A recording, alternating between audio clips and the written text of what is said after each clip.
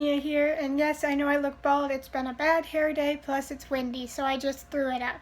Now, before we get into the review, there are some things that I want to clarify because I am going to do a lot of complaining about this movie. But I just wanted to say a few things. I know that this series does still exist. I've watched it about 20 times and I own it.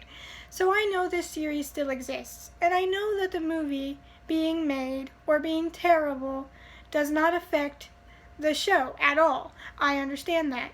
And I also realize that turning all of this series into a movie, you're going to have to take some creative license and cut some stuff out. And you're also going to have to work with what you have. So I understand all that. I get that it's the director's choice with the movie. I get that it's the writer's choice with the movie. I understand that. But if you claim to care about a series, if you claim to care about these characters from the original source material, yet you don't even care enough to give them the right names, then do you really care about the source material that you're adapting into said movie? I don't think so.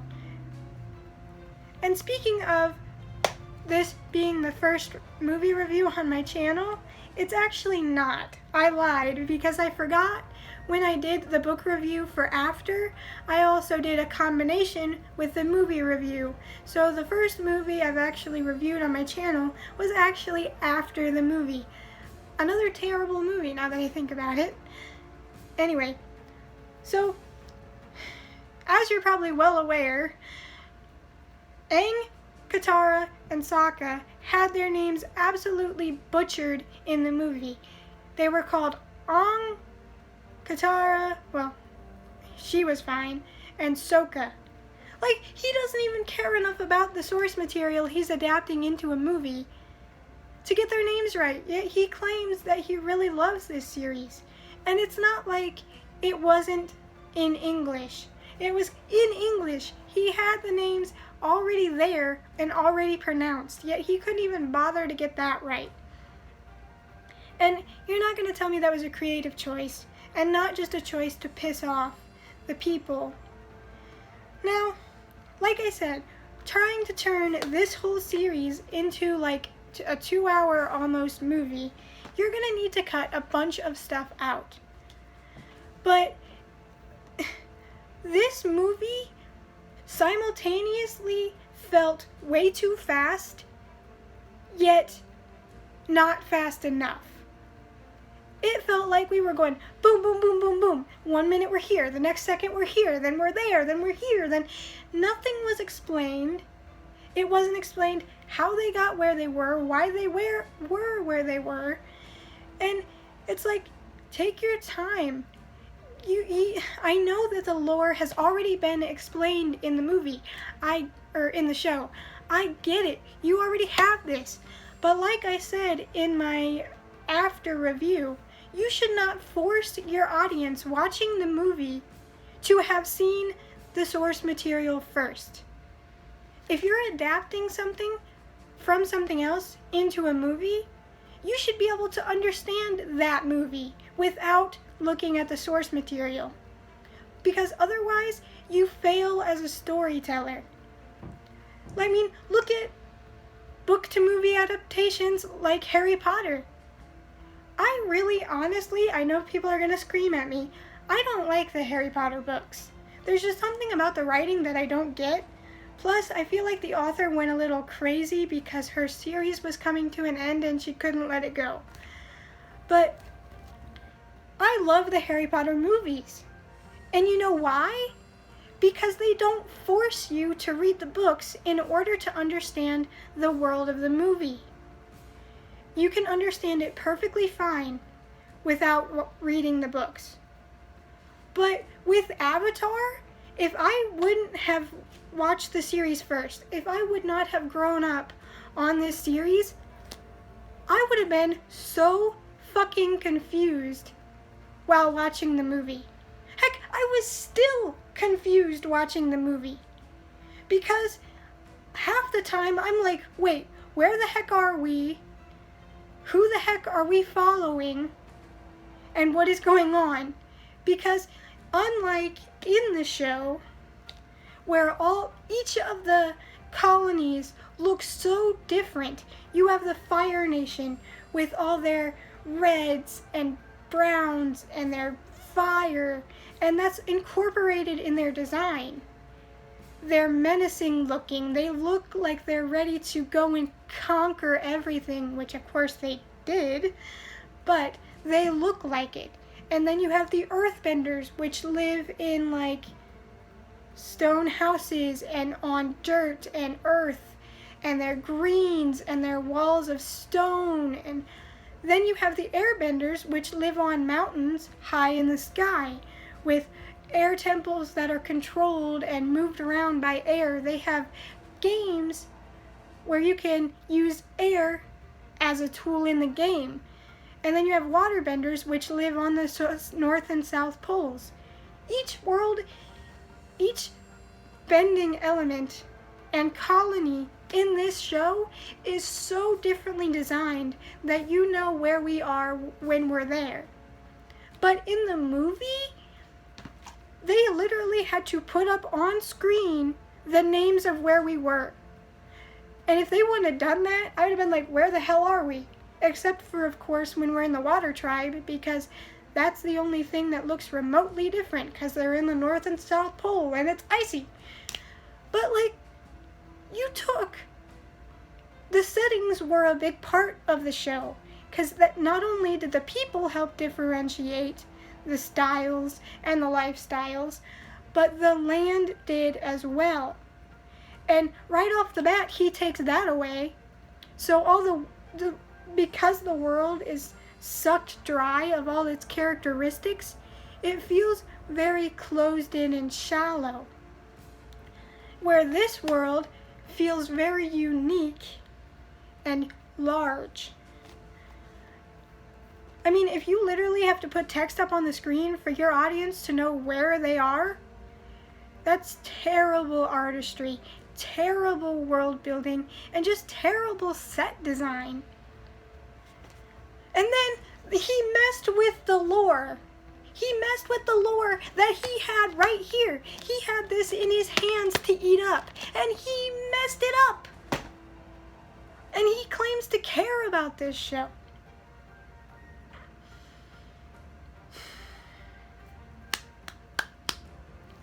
What more can I say? He's like, oh, I really love this show. I grew up with this show. But you got the names wrong, which is annoying as all crap. You messed up the settings. Every setting looks the same. Then you freaking can't even bother to do the actual lore.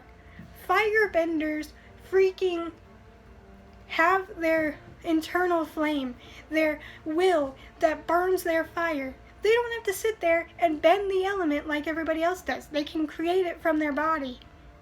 And he can't even get that right.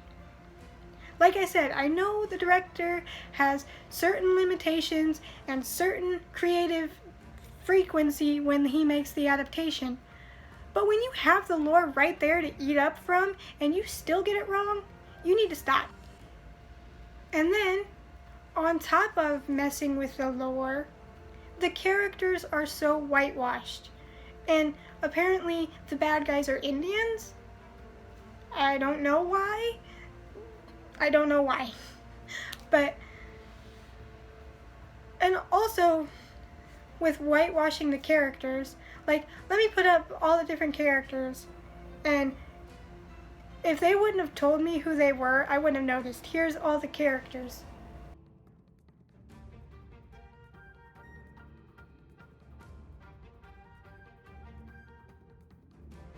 I also went ahead and put their show character, and he managed to make not only the world lifeless, everything looked the same, but the characters don't have any personality whatsoever.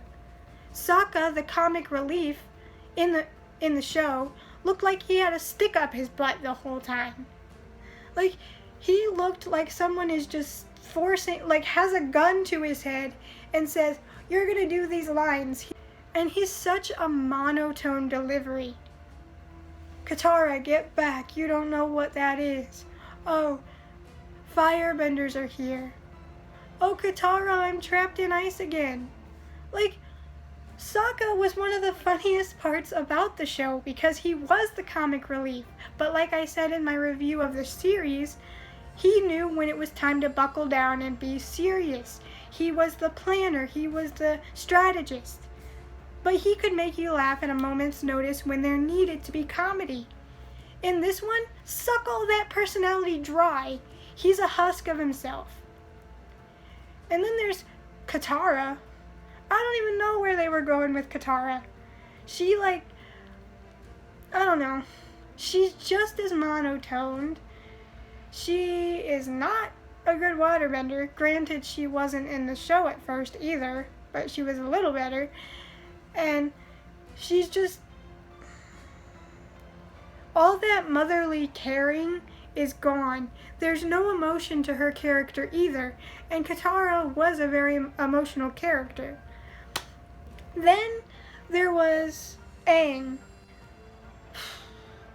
This boy had so many struggles in the show, so much emotion. Like, when he found out in the show that his family was destroyed, erased from existence, that he was the last one. He nearly blew Sokka and Katara off the mountain out of rage. He went into the Avatar state and just raged, and there was like a ball of air around him just circulating, threatening to blow everything off the mountain. But in the movie, he finds out his entire race, except for him, is dead, and freaking, "Ooh, little gust of wind, it's breezy in here, close the window." What? What? And don't even get me started on how he handled the Avatar state. In the show, the Avatar state is the culmination of many past lives. In the movie, it's like, oh, he goes into the Avatar state and he's in the spirit world, apparently. And also, when I was watching and Aang entered the spirit world, I thought I had smudges on my glasses because there's this weird blurry effect over the whole spirit world. I was sitting there taking off my glasses, trying to clean my glasses, and it was still all blurry. And I'm like, oh wait, this is actually in the movie. They kept this shot in there thinking it looked good. I'm not gonna sit here and say that I'd be a better filmmaker because I have no idea how to make films. But holy shit, if I think my glasses are so smudgy and that's what making the image look bad, you need to stop being a director, a filmographer, or whatever. I mean, I think an amateur film director can do better than that. I don't know what he was thinking with that style. And then Zuko's scar. I mean, hold on a second. Let me get out the DVD. Look at Zuko's scar. This thing is visible as all crap. It is scarred half of his face. Without his hair back, he's got some missing. And before they introduced him as Zuko in the movie, I was like, who the hell are you? Because his scar is barely existent. If he moves a certain way, you can't see it. And I'm like, this is the scar he's talking about? Where this Zuko, you can see that. There's no hiding that. But in the movie, I'm like, what scar? Where's the scar? This movie. And the pacing is so strange. It's like, we meet Aang. He doesn't, again, none of them have personality, so we don't get to like any of them. It's moving so fast because he's trying to cram a whole book into one movie because somehow he thought there were going to be more movies. I don't know. It simultaneously feels way too fast, yet way too long. and I don't even know what to say at that point. The world building is non-existent. The pacing is all over the place. The lore is completely screwed with. The characters are whitewashed and had the personality sucked right out of them. It was just all bad. And the thing that makes me angry is the fact that he claims that he really loves the series that he made the movie out of. And that does not show whatsoever in the movie we were given. And now that I've done this review, I will probably never watch the movie again. That's the second time I've watched this movie, and I never want to see it again. And you know, do you guys remember the episode in the show where they went to see a play about them by the Ember Island players? Well, let me just tell you, the Ember Island players made a much better adaptation of the show than the guy making the adaptation to the movie. I'm not joking. I'd rather watch the Ember Island players make a play of the show than I would rather watch the movie again. That's how bad the movie is. That is how bad the movie is. Now, like I said, I'm not a filmmaker, clearly, but I know a good film, and I like to watch the inner workings of a film. One of the reasons I like films so much is to watch something come out of nothing. But in this movie, zero effort was put in whatsoever. When they bended in the show, each movement caused a reaction. No movement was wasted. They were dodging, ducking, attacking, bending. And that was in a few moves. But in the show, they sit there and do like 20 dance steps and nothing happens for like a minute. And then you're like, well, is something gonna happen? All of a sudden, just a tiny wave of water just splashes the other person. In the show, one bender could cause massive waves in the water. Just by one flick of the wrist, you could have like a surfing wave in the show. And that's not to mention when multiple benders work together. But in the movie, like 10 benders bend at once just for a tiny pebble to run and smack a guy.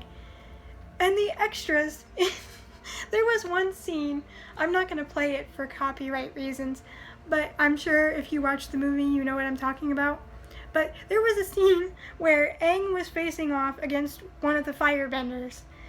And before Aang even hits him with an attack, he's sitting there going like this, like windmilling his arms. And I'm like, what the hell is he doing? There's no fire around him.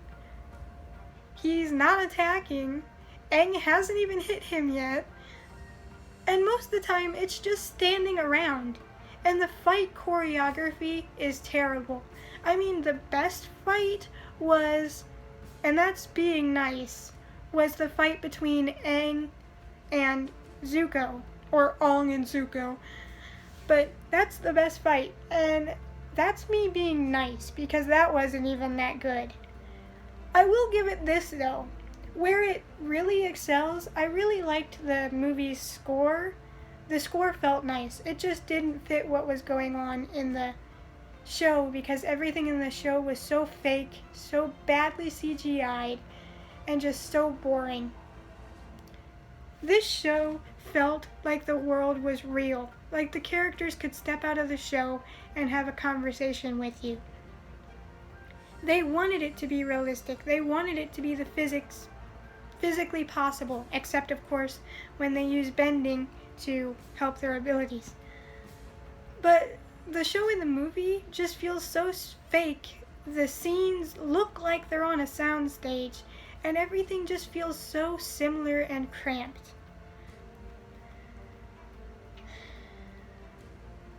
I feel like M. Night Shyamalan just wanted to give a big fuck you to everyone that loved this series, and he could stick that fuck you right back up his ass, because he thought he was going to get 2 more movies out of it. Well, we showed him how quickly he was wrong. But do I like this movie? Not even a little bit. Am I being biased in my opinion of the movie? No. Because like I said, you should not force your audience to watch the series in order to understand what is going on. That is terrible storytelling. I know I used Harry Potter as the best example, but that was one of the best examples, because I don't like the books. But I love the movies. And you know why? Because they said, I don't want my audience to have to read the source material in order to understand the movie I'm making. I want them to be able to watch it and know what's going on. Because they cared about what they were adapting, unlike he claims to. So, that's just something I can tell filmmakers. Don't make the adaptation or the film just for nostalgia or money purposes. Because when you do that, it shows, and it just makes the audience that you hyped up pissed off at you for good reason. Well, that's enough of my rant. It wasn't as long as I thought it was going to be, but that's my opinion on The Last Airbender, and that's a movie you could chuck right in the trash, in my opinion. Now, I'll stick with the good version. I'll stick with the series. Heck, I like Legend of Korra 10 times better than I like the movie.